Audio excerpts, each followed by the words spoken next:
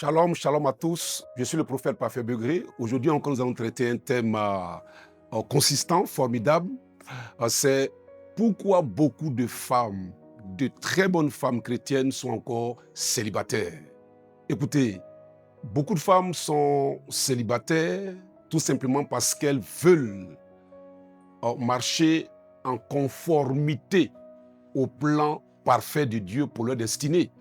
Vous savez, la notion du célibat est très mal comprise parce que beaucoup pensent que le célibat, c'est un péché. Beaucoup pensent que le célibat, c'est une malédiction. Et vouloir sortir d'eux-mêmes de cette malédiction, entre guillemets, rentrent dans des processus qui les entraînent dans un mauvais choix, qui les entraînent à souffrir, à vivre l'enfer sur terre. Mais ces bonnes femmes qui ont décidé de vivre le célibat, je vais vous donner 3 raisons. Pourquoi est-ce que beaucoup de femmes dans nos églises sont dans le célibat? La première raison, c'est qu'elles ont compris que le temps de Dieu n'est pas le nôtre. Dieu a son temps. Les humains ont leur temps. La Bible dit, dans Ecclésiaste chapitre 3, qu'il y a un temps pour toutes choses. Sur la terre des hommes, sur la terre des humains que nous sommes, il y a un temps pour toutes choses. Et ces femmes-là l'ont bien compris.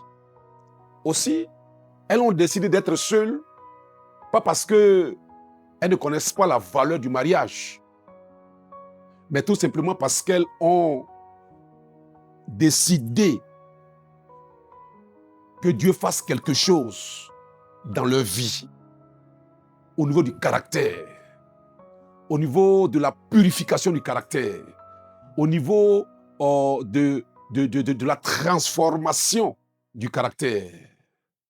Et elles pensent que Dieu le faisant, elles pourront être prêtes pour entrer dans le mariage.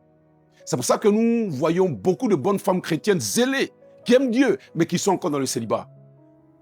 Parce que pendant qu'elles sont dans le célibat, elles laissent Dieu travailler dans leur vie. Elles laissent Dieu agir dans leur vie, dans leur être.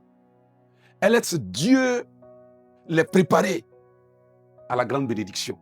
Le célibat, comprenez que c'est une saison dans laquelle Dieu ne nous abandonne pas. Être célibataire ne veut pas dire que Dieu t'a rejeté, Dieu t'a abandonné. Mais non. Comprends que c'est une période dans laquelle Dieu prend son temps pour préparer. C'est pour ça que ces femmes-là, elles sont encore célibataires. Ça, c'est la première raison. La deuxième raison, elles ont compris que Dieu prépare d'abord la personne avant de préparer l'union. Je reprends. Dieu prépare d'abord la personne avant de préparer l'union. Dans 1 Samuel chapitre 16, au verset 7, la Bible dit que Dieu envoya son prophète Samuel pour aller consacrer un nouveau roi parmi les enfants du notable Ésaïe. Et lorsque Samuel arrive, il voit Eliab, un bel homme, une belle taille. Lorsqu'il a vu Eliab, il s'est dit dans son cœur, voici le roi que Dieu s'est choisi. Automatiquement, il entend la voix de Dieu pour dire, ne regarde pas son apparence, je l'ai rejeté. Donc Dieu ne regarde pas l'apparence. Dieu ne regarde pas à ce que nous regardons. Dieu ne regarde pas surtout au temps, mais il prend son temps pour nous préparer. Parce que la préparation te permet d'entrer dans ce qu'il a préparé pour toi. Parce que ce qu'il a préparé pour toi n'a pas besoin de préparation. Ça est déjà quelque part. L'homme qu'il a préparé pour ces femmes, ou les hommes qu'il a préparés pour ces femmes qui sont encore célibataires, mais ces hommes-là sont déjà là. Ces hommes-là existent déjà. Mais c'est elles qui ont besoin de préparation. Et elles ont compris qu'elles ont besoin de préparation. Comme Dieu a pris son temps pour préparer David à la royauté. La royauté existait déjà. Mais c'est David qui n'était pas encore prêt.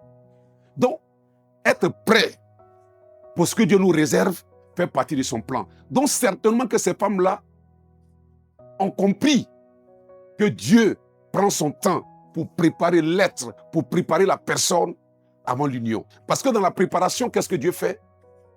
Dieu te guérit de tes expériences d'enfance, de ce que tu as vécu dans ton enfance.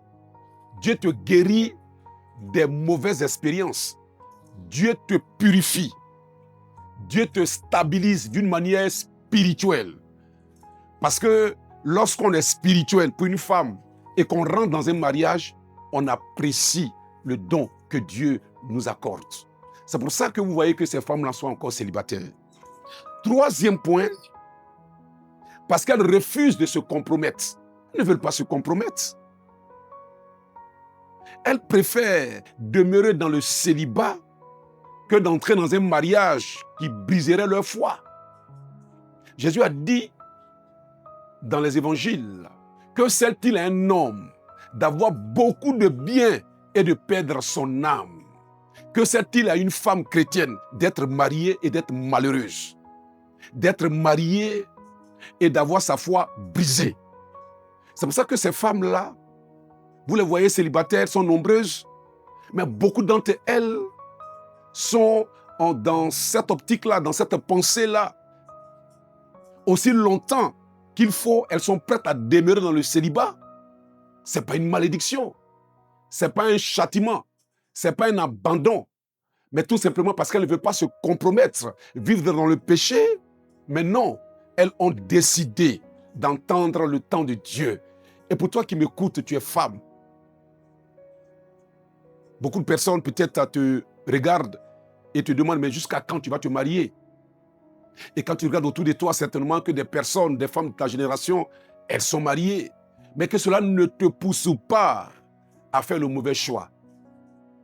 Oui, le célibat n'est pas le plus souvent une malédiction, mais c'est une saison dans laquelle Dieu te prépare. Il te prépare à de grandes choses.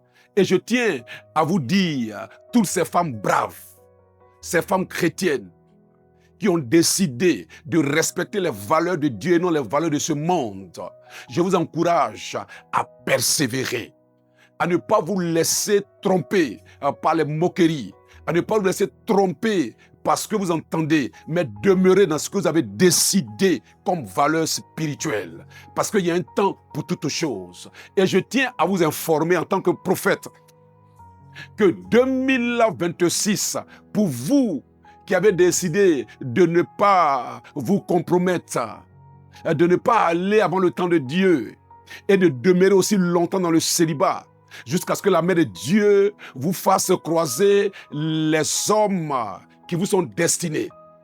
Je tiens à vous dire que 2026, c'est la fin de cette attente-là. C'est la fin de cette période où tu te sentiras seul. C'est la fin du temps où tu n'es pas en compagnie. Parce que Dieu mettra devant toi une personne qu'il avait déjà destinée pour toi. Et je tiens à te dire que tu es assez prête pour croiser l'homme de ta vie. Tu es assez prête pour rentrer dans le mariage qui t'est réservé.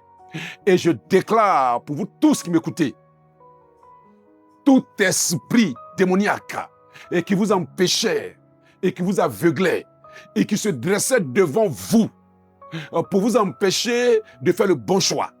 Je chasse ces esprits-là au nom de Jésus-Christ. Je vous déclare libérés de toute forme de célibat. Si c'était une malédiction provenant de tes origines, je la brise sur ta vie.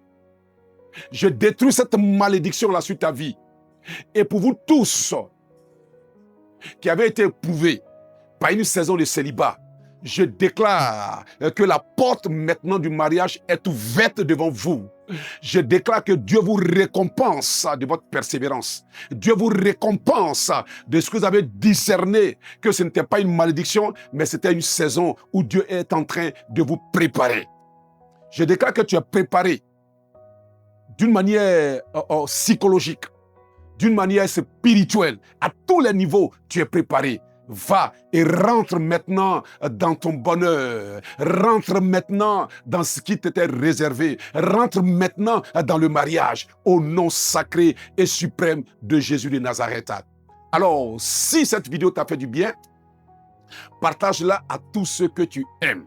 Fais de sorte qu'une personne puisse, surtout une femme qui, depuis 15 ans, attend le mariage qui ne vient pas.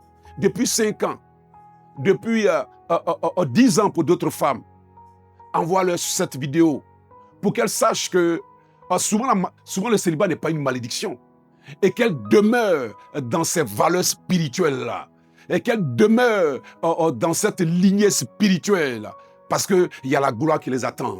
Alors, partage au maximum. Et mon Dieu, que je prêche, te bénira aussi au maximum. Shalom à tous et à très bientôt au nom de Jésus-Christ.